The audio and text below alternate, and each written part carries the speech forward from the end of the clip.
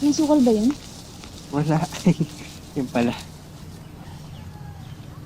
Tanaw. May suman? Oo. Saka bumili ako ng manggang katerno. Ayan.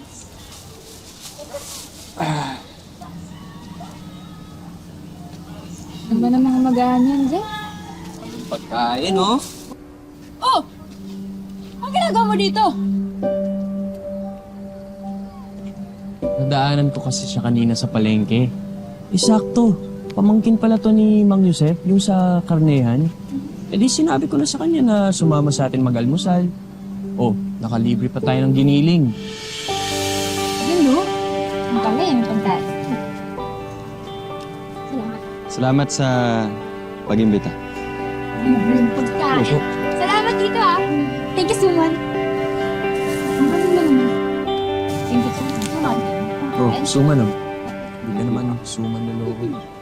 Ano ba yung ginagawa mo? Ba't ginagaya mo si Shanti?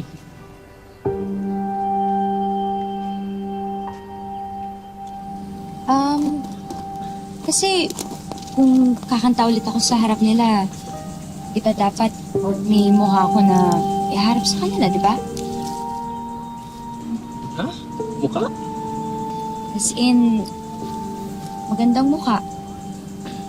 Tsaka, maganda na rin siguro na damit. Magandang buhok. Zef, wala ka namang dapat baguhin eh.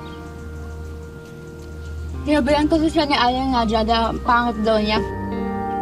Sama-sama lagi siya ni Aling Nadia, no? Eh, wala ka namang ginawang masama sa kanya, di ba?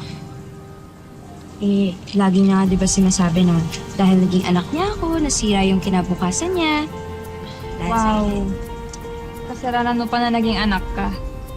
Eh kung pupipiliin, siguradong hindi mo pipiliin maging nanay si Aling Nadia, no? Di mo ba talaga kakausapin yung nanay mo, Zef? Bakit mo ba kasi tinitiis yung mama mo?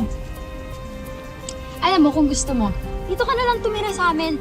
Sigurado naman ako na yung mama ko, matagal pa yung makakauwi. Tsaka yung kapatid ko, nasa tiyahin ko sa Manila, kaya dito ka na lang. Hindi ko kasi pwedeng iwan si nanay ng matagal eh.